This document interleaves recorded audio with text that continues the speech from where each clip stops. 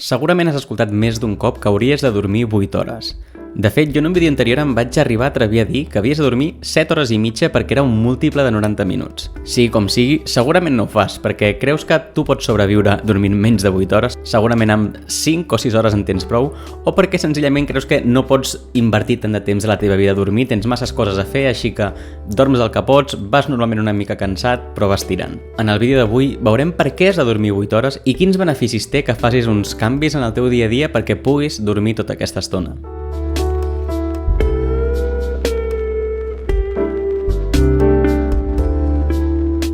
El primer que hem d'entendre és que quan dormim el cervell no s'apaga, no és que es tanquin les funcions cerebrals i quan sona el despertador tot es torna a engegar, sinó que quan dormim hi ha moltíssimes funcions hormonals, mentals que han de passar perquè puguem seguir vius. De fet, crec que no hi ha cap espècie animal que pugui sobreviure sense dormir i potser hi ha alguna, però els humans, si no dorms durant 3 o 4 dies, acabes morint. Per tant, durant el son passen moltes coses al nostre cervell que ens ajuden precisament a aguantar desperts durant el dia.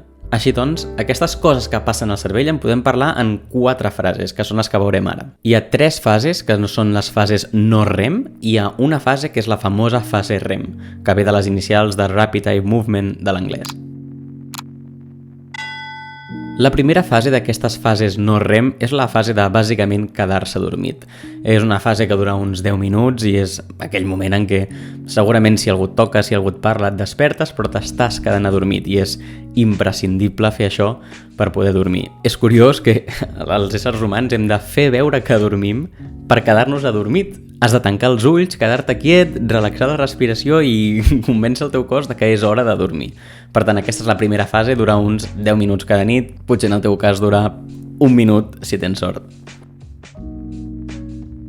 Després entraríem en el son lleuger. El son lleuger és la segona d'aquestes fases no REM i és la fase més llarga de tota la nit i estem molta estona en aquest son lleuger. Li diem son lleuger perquè encara et pots despertar si algú et crida, si et toquen, si la persona que dorm al teu costat et dona una patada, pots acabar-te despertant. Però és una fase on ja estàs dormint, el teu cor va més a poc, la teva temperatura corporal va baixant i és una fase importantíssima perquè té lloc una de les funcions més importants del son i és que aquí és quan la memòria a curt termini passa a memòria a llarg termini.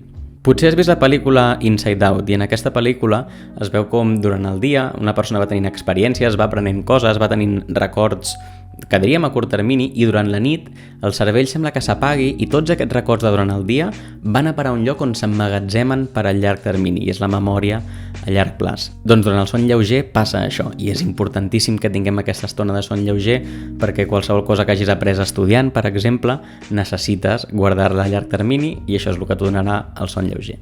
Una curiositat del son lleuger és que és quan tenim aquella sensació d'estar caient i et despertes de cop.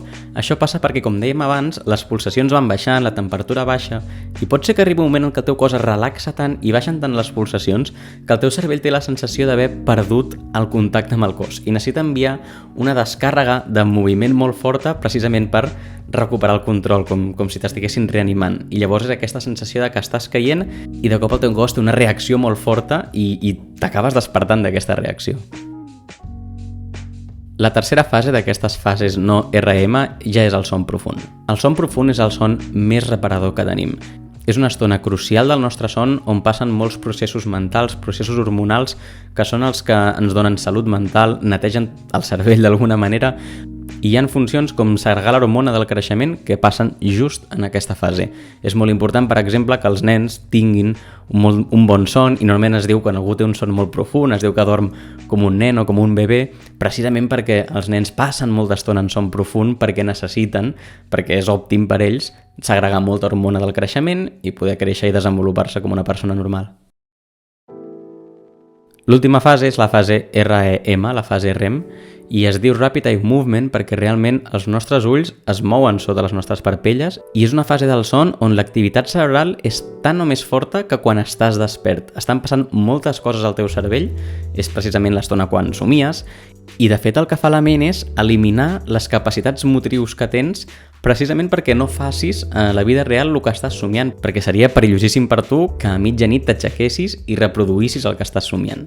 La fase REM és la meva preferida perquè és la fase associada amb la creativitat. Si abans dèiem que durant el son lleuger tots aquests records del curt termini del dia a dia passen al llarg termini durant el son lleuger, a la fase REM és quan aquests aprenentatges, aquestes experiències s'interconnecten entre elles. És quan relacionem noves idees, creem lligams entre experiències i li diem creativitat, però vindria a ser quasi la intel·ligència del segle XXI. Avui en dia, ser intel·ligent, ser una persona llesta, és aquella persona que pot veure coses que els altres no veuen, interrelacionar idees o experiències que a simple vista no es veurien. És realment una de les millors maneres de l'any 2021 ser una persona productiva, ser una persona creativa, com hem dit, i et pot ajudar tant a l'estudiar, a la feina, en tants àmbits de la teva vida que la fase REM és importantíssima.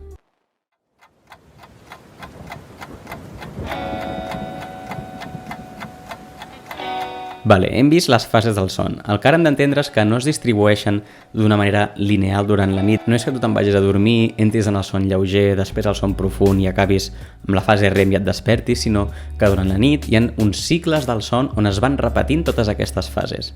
En cada cicle entrem al son lleuger, passem a un son profund i quan estem tornant cap a aquest son lleuger tenim una estona de fase REM. Aquests cicles duren uns 90 minuts cadascun i per això és que dèiem en un vídeo anterior que era important dormir en múltiples de 90 minuts.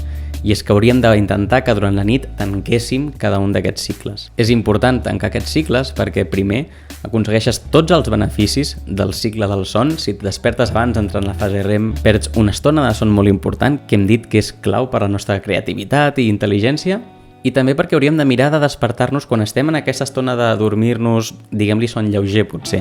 Si ens despertem quan estem en un son profund o quan estem enmig de la fase REM, a part de que perdem tots els beneficis d'aquesta fase, segurament t'aixeques de molt mal humor, t'ha trencat el son directament i és que el despertador ha sonat quan estaves en fase profunda o fase REM. Per tant, si intentem planejar la nostra nit en dormir en múltiples de 90 minuts, segurament podem aixecar-nos en un d'aquests moments on el son és més lleuger i ens despertarem de més bon humor.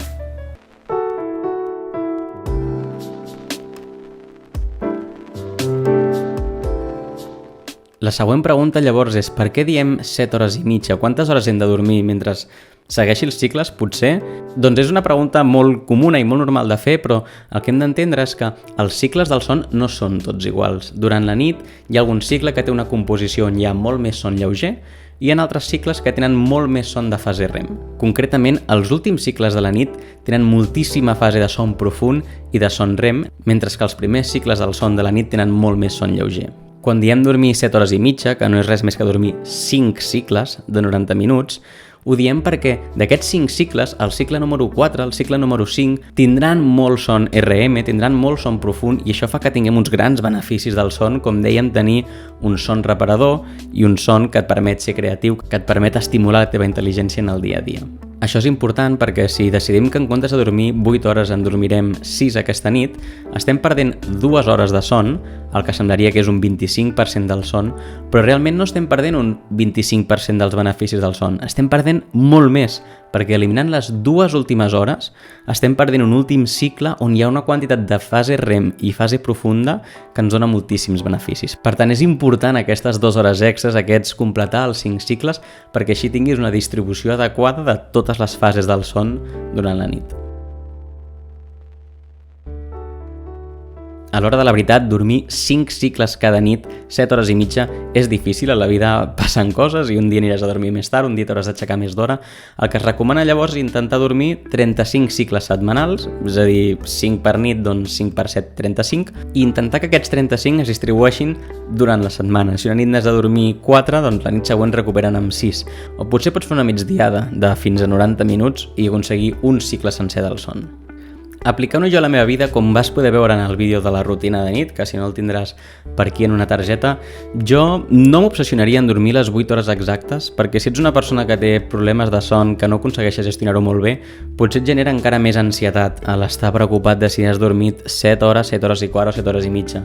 El que jo sí que intentaria és que dormis tot el que el teu cos et demana i veuràs que el teu cos t'acabarà demanant dormir entre aquestes 7 hores i mitja, 8 hores cada nit. Per fer això, el que és molt important és que respectis el teu cos i l'escoltis i l'entenguis. No funcionis amb cafeïna durant tot el dia, no tinguis unes nits frenètiques. Jo, com et deia en el vídeo, m'esforço en tenir una rutina de nit on facilito que el meu cos vagi entrant en l'estat de son i és el que he vist que quan tracto el meu cos de manera natural, ell m'acaba demanant aquesta estona de son. Així que no t'ho prenguis al peu de la lletra, aquesta ciència quasi matemàtica dels minuts que has de dormir, però intenta aprendre què pots fer avui per millorar el teu son.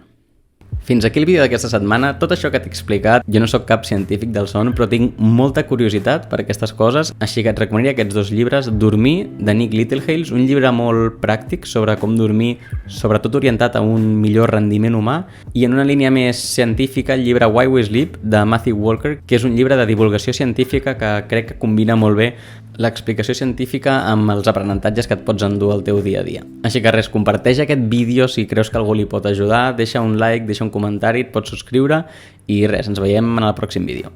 Ciao, ciao.